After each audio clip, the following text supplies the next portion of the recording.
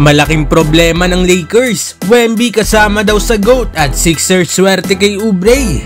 So nakuha nga ng Philadelphia 76ers itong si Kelly Oubre sa 1-year deal 2.9 million. Still nga na maituturing ang pagkuha sa kanya ng Sixers dahil nag-average nga itong si Oubre last season ng 20 points, 5 rebounds at 1 assist. At sa 4 games nga na paglalaro ni Oubre sa Sixers ay hindi nga nito binibigo ang kanyang kuponan. Sa first game pa nga lang ay nagtala na siya ng 27 points, shooting 82% sa field. At sa 4 games nga ay nag-average ito ng 20 points at 4 rebounds while shooting 46% sa 3. Malaking ambag nga ang scoring production ni Oubre sa Sixers lalo't wala na nga sa kanila si James Harden.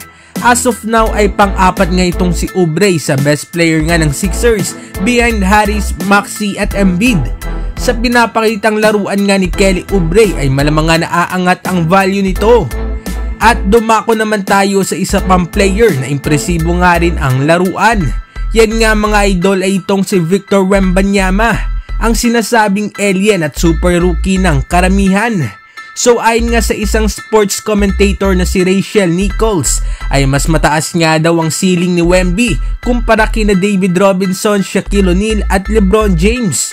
At dagdag pa nga nito ay pwede nga daw na isama itong ang si Wemby sa argumento ng GOAT kung saan nga ay nandun sina MJ at LeBron. Well, para nga sa mga fans ay masyado pang maaga na isama nga sa GOAT convo itong ang si Wemby. Kailangan nga daw muna nitong patunayan na kaya nga nitong magtagal sa NBA at maging isang dominante. Pero sa kanyang nilalaro nga sa 5 games ng Spurs ay malaki talaga ang potensyal ni Wemby. At dumako naman na tayo sa malaking problema ng Los Angeles Lakers. Bukas nga ng 7 AM may makakaharap nga ng Lakers ang batang team na Orlando Magic.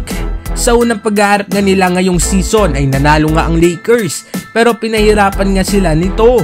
Pero bukas nga ay lalong mas magkakaproblema itong Lakers dahil sa injury report nga ng Lakers ay officially out nga itong sina Vando, Schifino, Gabe Vincent at Rui Hachimura na nasa concussion protocol pa rin. Habang si Taurean Prince naman mga idol ay nasa probable status na siyang hindi nga nakalaro sa last game kontra sa Suns. Ibig sabihin ay 8 to 9 players lang ang magiging available para nga sa Lakers bukas. Aasahan nga na mataas ang mga minuto nila bukas dahil mas maliit nga ang rotation ni Ham. Mabibigyan nga rin ng tsansa para magpasiklab itong sina Max Christie at Cam Reddish. So let's see nga mga idol kung mananalo bukas ang Lakers.